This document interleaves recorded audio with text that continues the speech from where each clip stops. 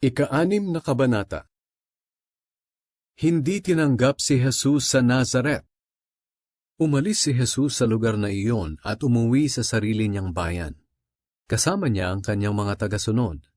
Pagdating ng araw ng pamamahinga, pumunta siya sa sambahan ng mga Hudyo at nagturo roon. Nagtaka ang maraming taong nakikinig sa kanya. Sinabi nila, "Saan kaya niya nakuha ang karunungang iyan? At ano ang karunungang ito na ibinigay sa kanya? Paano siya nakagagawa ng mga himala? Hindi ba't siya ang karpinterong anak ni Maria at kapatid nina Santiago, Jose, Judas at Simon?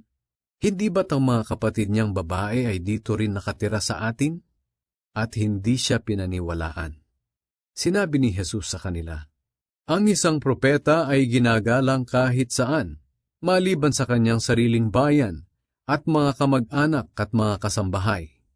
Yan ang dahilan kung bakit hindi siya nakagawa ng mga himala roon, maliban sa ilang may sakit na pinatungan niya ng kamay at pinagaling." Nagtaka siya sa kawalan nila ng pananampalataya sa kanya. Sinugo ni Jesus ang 12 apostol. Nilibot ni Jesus ang mga kanayunan at nangaral sa mga tao. Tinawag niya ang 12 apostol at sinugo sila ng dala-dalawa. Binigyan niya sila ng kapangyarihang magpalayas ng masasamang espiritu. At ibinilin niya sa kanila, "Huwag kayong magdala ng anuman sa inyong paglalakbay kahit pagkain, pera o bag, maliban sa isang tungkod. Pwede kayong magsuot ng sandalyas, pero huwag kayong magdala ng bihisan. Kapag pinatuloy kayo sa isang bahay, doon na lang kayo manatili hanggang sa pag-alis ninyo sa lugar na iyon.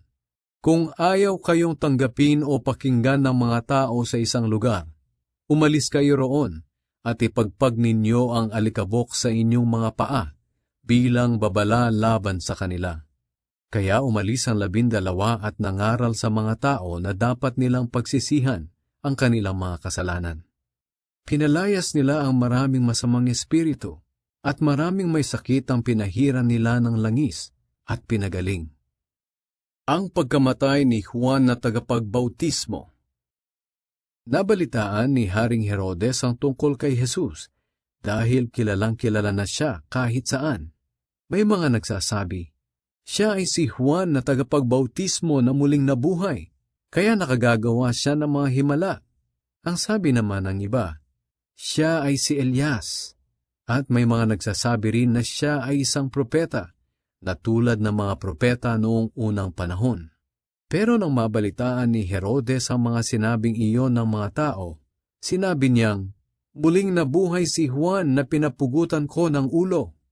Ipinahuli noon ni Herodes si Juan at ipinabilanggo, dahil tinutuligsa ni Juan ang relasyon niya kay Herodias.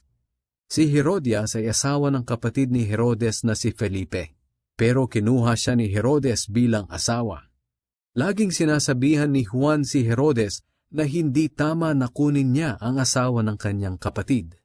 Kaya nagkimkim ng galit si Herodias kay Juan at gusto niya itong ipapatay. Pero hindi niya magawa dahil ayaw pumayag ni Herodes. Takot si Herodes kay Juan dahil alam niyang matuwid at mabuting tao si Juan. Kaya ipinagtatanggol niya ito. Kahit nababagabag siya sa mga sinasabi ni Juan, gustong-gusto pa rin niyang makinig dito. Pero sa wakas ay dumating din ang pagkakataong hinihintay ni Herodias. Kaarawan noon ni Herodes at nagdaos siya ng malaking handaan. Inimbitan niya ang mga opisyal ng Galilea, mga commander ng mga sundalong Romano, at iba pang mga kilalang tao roon. Nang oras na ng kasiyahan, pumasok ang anak na babae ni Herodias at nagsayaw. Labis na nasiyahan si Herodes at ang mga bisita niya. Kaya sinabi ni Herodes sa dalaga, "Humingi ka sa akin ng kahit anong gusto mo at ibibigay ko." At sumumpa pa siya na ibibigay niya sa dalaga kahit ang kalahati pa ng kanyang kaharian. Lumabas muna ang dalaga at tinanong ang kanyang ina kung ano ang hihilingin niya. Sinabihan siya ng kanyang ina na hingin ang ulo ni Juan na tagapagbautismo. Kaya dali-daling bumalik ang dalaga sa hari at sinabi, "Gusto ko pong ibigay ninyo sa akin ngayon din ang ulo ni Juan na tagapagbautismo na nakalagay sa isang bandehado." Labis itong ikinalungkot ng hari. Pero dahil nangako siya sa harap ng mga bisita niya, hindi siya makatanggi sa dalaga. Kaya pinapunta niya agad sa bilangguan ang isang sundalo upang dalhin sa kanya ang ulo ni Juan. Pumunta ang sundalo sa bilangguan at pinugutan ng ulo si Juan. Inilagay niya ang ulo sa bandehado at ibinigay sa dalaga. At ibinigay naman ito ng dalaga sa kanyang ina. Nang mabalitaan ng mga tagasunod ni Juan ang nangyari, kinuha nila ang kanyang bangkay at inilibing. Pinakain ni Jesus ang 5,000 tao. Bumalik ang mga apostol na inutusan ni Jesus na mangaral at ikinuwento nila sa kanya ang lahat ng ginawa at ipinangaral nila. Dahil sa dami ng mga taong dumarating at umaalis, wala na silang panahon kahit kumain man lang. Kaya sinabi ni Jesus sa mga tagasunod niya, "Iwan muna natin ang mga taong ito. Pumunta tayo sa ilang para makapagpahinga." Kaya sumakay sila sa isang bangka at pumunta sa isang ilang. Pero marami ang nakakita at nakakilala sa kanila noong umalis sila. Kaya mabilis namang naglakad ang mga tao mula sa iba't ibang bayan papunta sa lugar na pupuntahan ni na Jesus. At nauna pa silang dumating doon. Kaya nang bumaba si Jesus sa bangka, nakita niya ang napakaraming tao. Naawa siya sa kanila dahil para silang mga tupa na walang pastol. Kaya tinuruan niya sila ng maraming bagay. Nang dapit hapon na, lumapit kay Jesus ang mga tagasunod niya at sinabi, "Nasa ilang po tayo at malapit ng gumabi. Paalisin niyo na po ang mga tao nang makapunta sila sa mga karatig nayon at bukid para makabili ng pagkain." Pero sinabi ni Jesus sa kanila, "Kayo ang magpakain sa kanila." Sumagot sila, "Aabutin po ng 8 buwang sahod ang gagastusin para sa kanila. Bibili po ba kami ng ganoong halaga ng tinapay para ipakain sa kanila?" Tinanong sila ni Jesus, "Ilan ba ang dala ninyong tinapay? Sige, tingnan nga ninyo." Tiningnan nga nila at sinabi kay Jesus, "Mayroon po tayong 5 tinapay at 2 isda." Pagkatapos, inutusan ni Jesus ang kaniyang mga alagad na paupuin ng grupo-grupo ang mga tao sa damuhan. Kaya umupo nga sila ng grupo-grupo, tig-100 at tig-50 bawat grupo. Kinuha ni Jesus ang 5 tinapay at 2 isda. Tumingala siya sa langit at nagpasalamat sa Diyos. Pagkatapos, hinati-hati niya ang tinapay at ibinigay sa mga tagasunod niya para ipamigay sa mga tao. Ganoon din ang ginawa niya sa isda.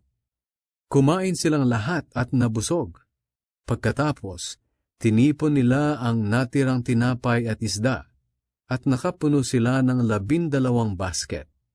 Ang bilang ng mga lalaking kumain ay 5,000.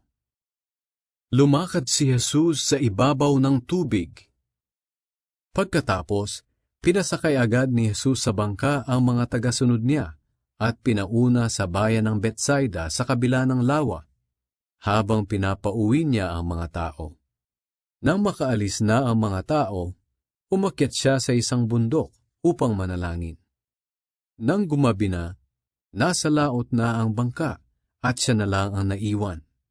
Nakita niyang hirap sa pagsagwa ng mga tagasunod niya dahil salungat sila sa hangin. Nang madaling araw na, sumunod sa kanila si Jesus na naglalakad sa ibabaw ng tubig. Lalampasan na lang sana niya sila, pero nakita siya ng mga tagasunod niya na lumalakad sa ibabaw ng tubig. Natakot sila at nagsigawan dahil akala nila ay multo siya.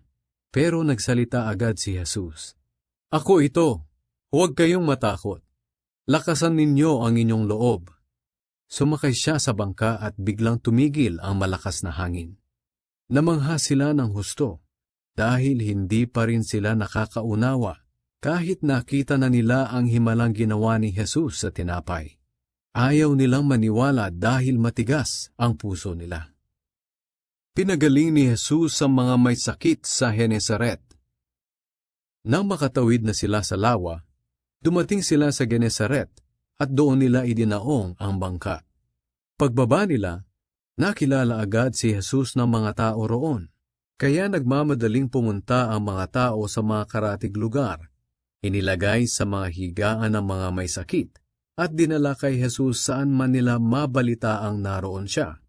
Kahit saan siya pumunta, sa nayon, sa bayan o sa kabukiran, dinadala ng mga tao ang mga may sakit sa kanila sa mga lugar na pinagtitipunan ng mga tao. Nagmamakaawa sila kay Jesus na kung maaari ay pahipuin niya ang mga may sakit kahit man lang sa laylayan ng kanyang damit. At ang lahat ng nakahipo ay gumaling.